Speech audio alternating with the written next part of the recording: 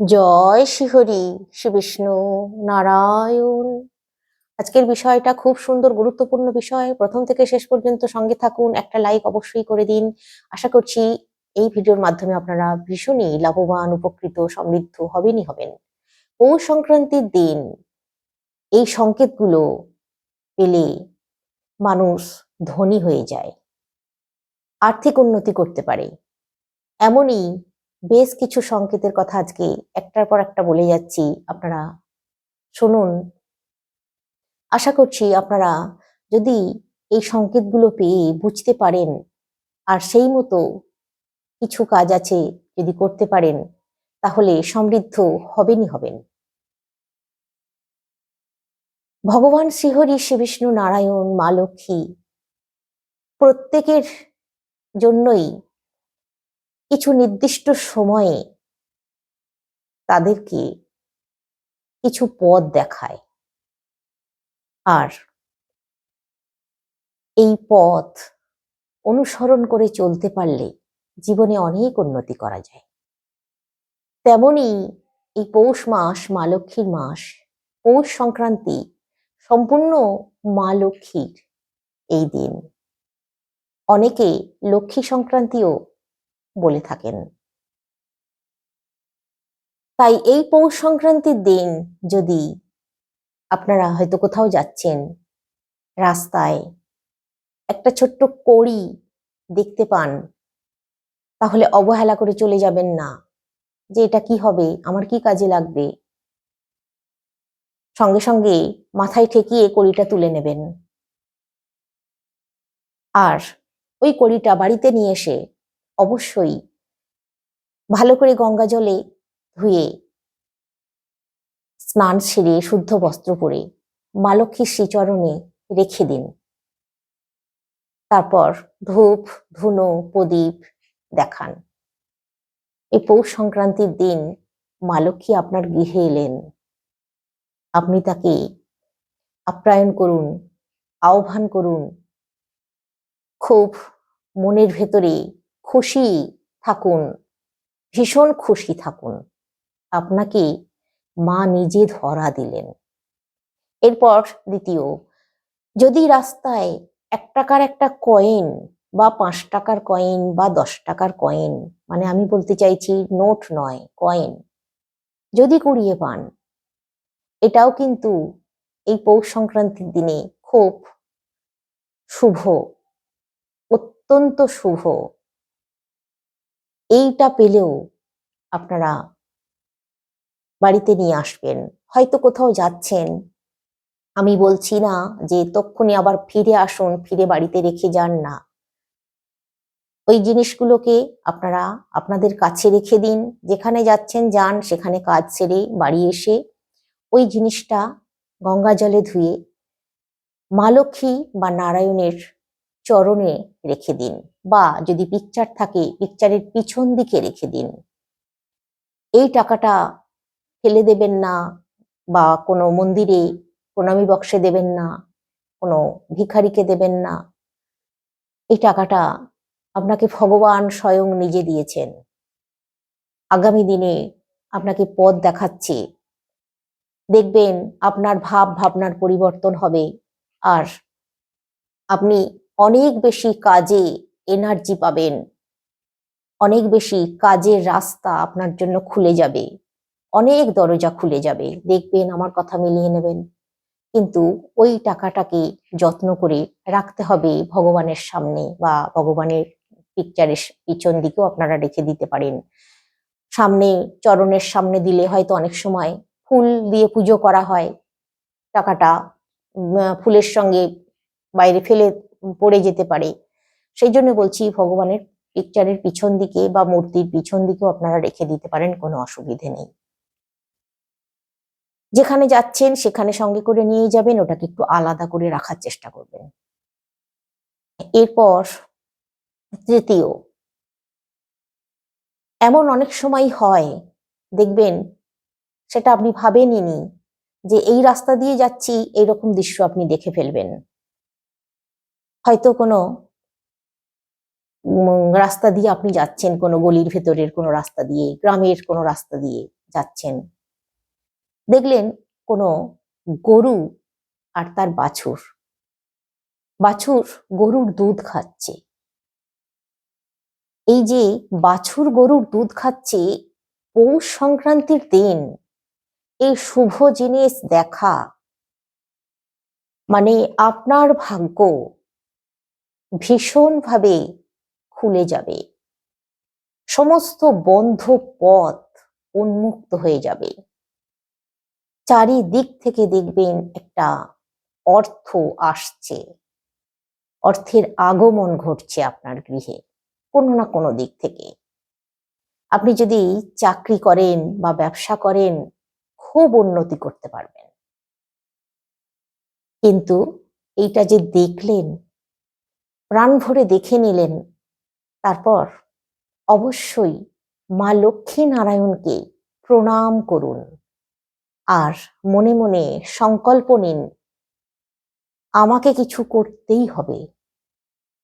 দেখবেন ভগবান সহযোগিতা করবেন আপনাকে, আপনার চলার পথকে খুব সহজ করে দেবে। কিছু কিছু শুভ মুহূর্ত আছে, শুভ দিন আছে, আমি যে বললাম, আর সেই দিন এই সংকেতগুলো পেলে খুব ভালো জানবেন। এরপর চতুর্থ, আপনার গৃহের সামনে কোনো গরু এসেছে আর গোবর করেছে, মানে মল ত্যাগ করেছে, সেটাই গোবর।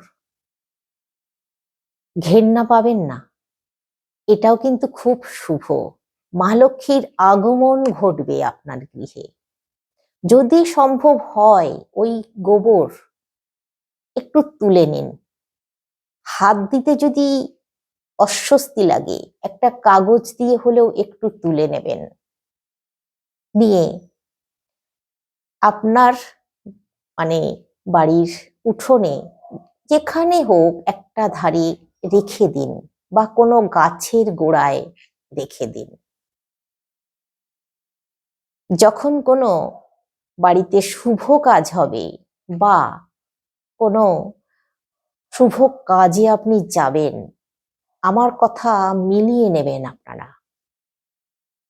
ওই গোবর, ওই যে রেখে দিয়েছেন গাছের গোড়ায় যত্ন করে, শুকনো হয়ে গেলেও অসুবিধে নেই, ওখান থেকে একটুখানি নিয়ে জলে, গঙ্গা জলে দিয়ে যদি বাড়িতে ছিটিয়ে দেওয়া যায়, বাড়ির চারিদিকে, যখন কোনো শুভ কাজ হবে বা শুভ কাজে যাবেন, এমনকি চাকরি বাকরির পরীক্ষা দিতে যাবেন, ব্যবসা শুরু করতে যাচ্ছেন, এমন এরকম সব সব ক্ষেত্রেই বলছি, তো ওই জলটা চারিদিকে ছিটিয়ে দেবেন 3 দিন পর পর।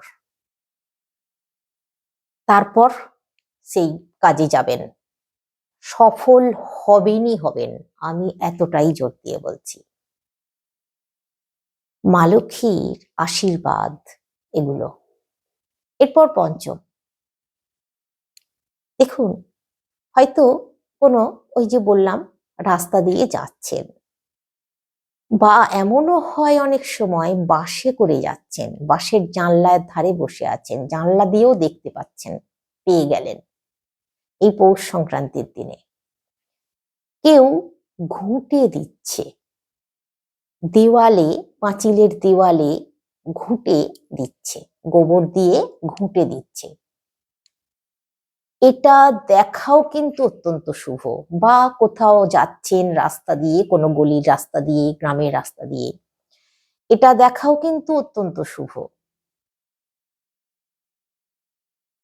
আপনি কপালে হাত চেকিয়ে প্রণাম করে নেবেন, ভগবান শ্রীকৃষ্ণ নারায়ণের আশীর্বাদ পেয়ে যাবেন এই পৌষ সংক্রান্তির দিনে যদি এরকমটা দেখেন, অত্যন্ত শুভ জানবেন। এরপর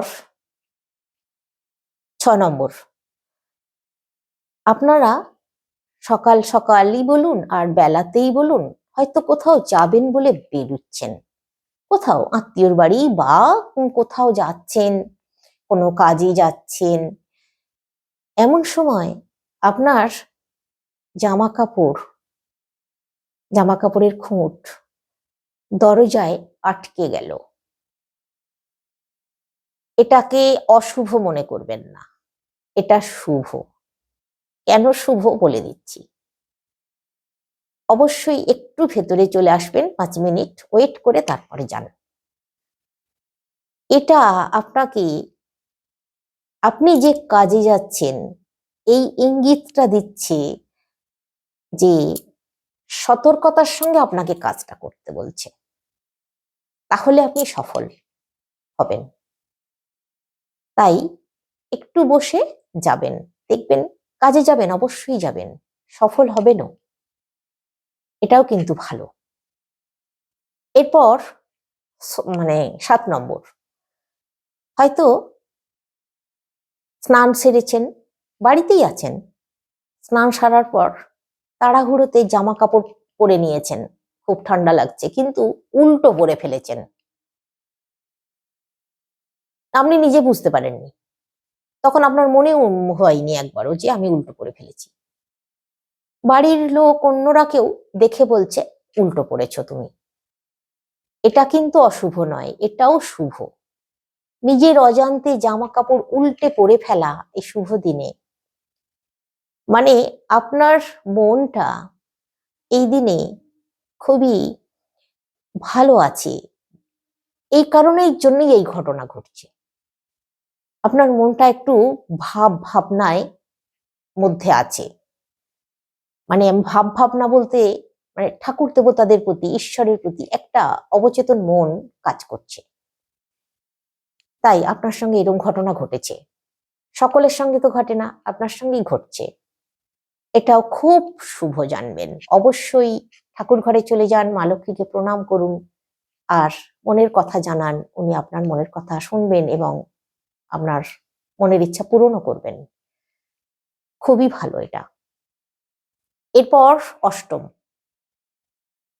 অষ্টম হচ্ছে আপনারা সকালবেলা ঘুম থেকে উঠেই দেখলেন যে এই শীতকালে তো এমনিতে বিশেষ করে সাদা ফুলের গাছ, কোনো টগর গাছ আছে হয়তো, বা কোনো গাছ আছে,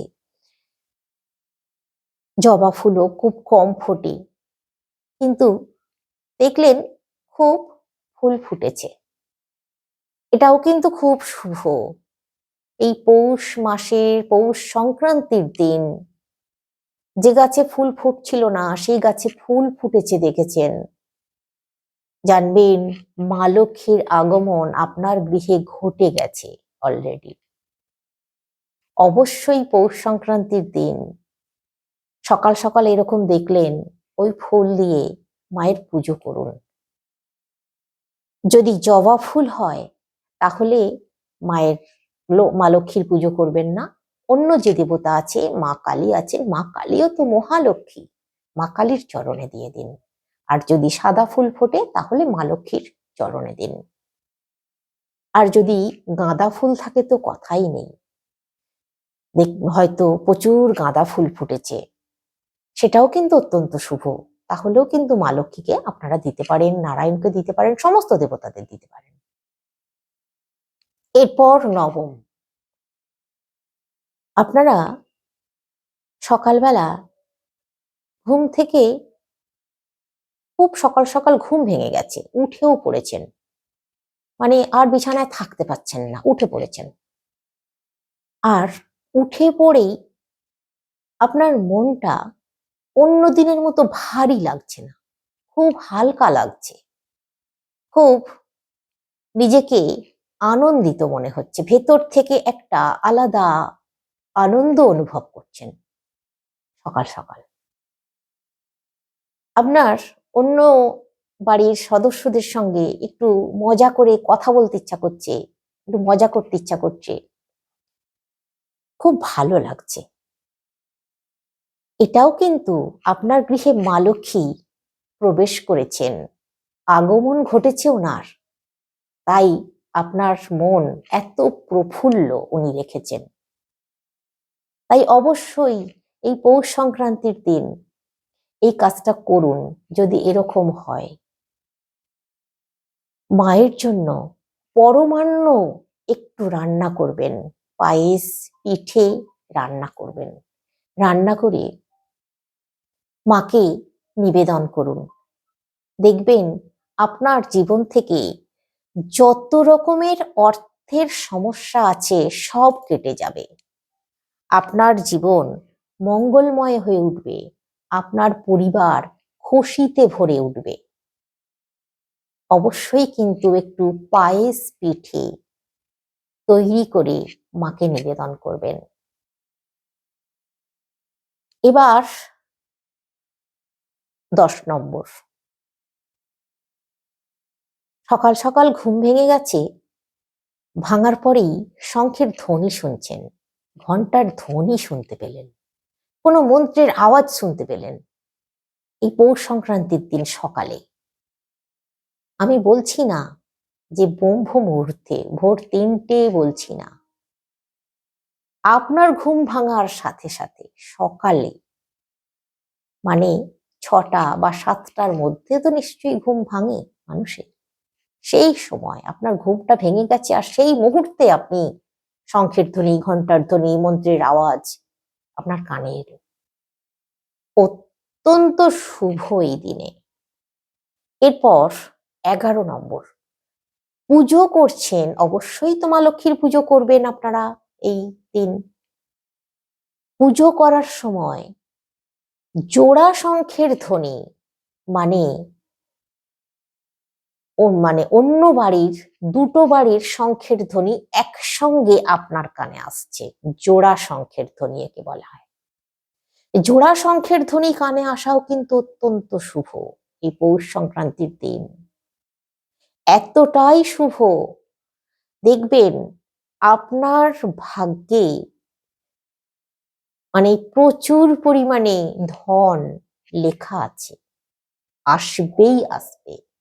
প্রচুর পরিমাণে অর্থের মুখ আপনি দেখতে পাবেন পৌষ সংক্রান্তির দিন যদি পুজো করার সময় জোড়া শঙ্খের ধ্বনি আপনার কানে আসে। এরপর পুজো করার সময় এই দিন যদি আপনার চোখ থেকে জল চলে আসে, বা ধূপের ধোঁয়া, প্রদীপের আলো উজ্জ্বল হয়ে জ্বলে, কোনো ফুল ভগবানকে বা মা লক্ষ্মীকে, মা লক্ষ্মীর চরণে দিয়ে দিয়েছেন বা মা লক্ষ্মীর ঘটে দিয়েছেন, সেই ফুল পুনরায় আপনার কাছে ফিরে এলো, মানে আপনার কাছে এসে পড়ে গেল সামনে, এটা কিন্তু খুব শুভ লক্ষণ। এই রকমটা হলে অবশ্যই এই ফুলটা তুলে নেবেন আর যত্ন করে সারা জীবন নিজের কাছে রেখে দেবেন, শুকিয়ে গেলেও কোনো অসুবিধে নেই। নিজের কাছে মানে আমি বলতে চাইছি কোনো ভালো স্থানে, এমন জায়গায় রেখে দিন যেন ওটা একভাবে থাকে, ওটাকে কোনোদিনও ফেলবেন না। যখনই কোনো শুভ কাজে যাবেন, ভালো কাজে যাবেন, বা ব্যবসা শুরু করতে যাচ্ছেন, চাকরি পেয়েছেন, চাকরিতে যাচ্ছেন, ওটা সঙ্গে করে নিয়ে যাবেন প্রথম দিন, আবার নিয়ে এসে যথাস্থানে রেখে দেবেন। এইটা করবেন, আমি বলে দিচ্ছি আপনাদেরকে, ভীষণ ভালো থাকবেন, সুস্থ থাকবেন, আর্থিক উন্নতি করবেনই করবেন মা লক্ষ্মীর কৃপায়, শ্রীহরি শ্রী বিষ্ণু নারায়ণের কৃপায়। আজকে রাখলাম, সকলে সুস্থ থাকুন, ভালো থাকুন, শ্রীহরি শ্রী বিষ্ণু নারায়ণের কৃপায়। আর একবার হলেও লিখুন, জয় মা লক্ষ্মী মায়ের জয়, জয় মা লক্ষ্মী মায়ের জয়, একবার হলেও লিখুন।